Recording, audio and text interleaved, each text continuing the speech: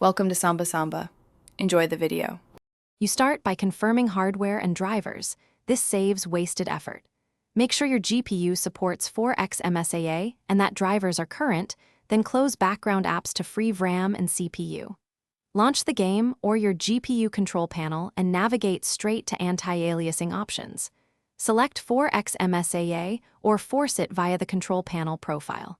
Once done, apply changes and run a quick visual check to ensure the setting is active before proceeding to tuning.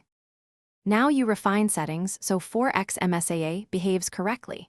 If forcing from the driver, set the game's anti-aliasing to off or application controlled to avoid conflicts.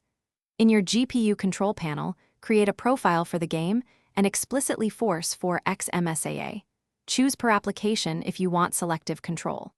Also adjust texture filtering and level of detail to reduce shimmering and disable redundant post-AA effects for performance. Make sure to save the profile and launch the game. To finish, validate results by benchmarking a repeatable scene so you can compare FPS and image quality.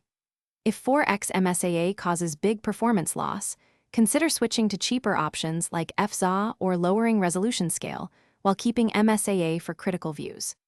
If the forced 4x MSAA doesn't appear, reset or clear the GPU profile cache and reapply the profile or check for game-specific overrides. One troubleshooting tip: toggling full-screen/windowed mode often forces the engine to reload graphics settings and resolve stubborn issues. Thanks for watching. Consider subscribing if we helped you.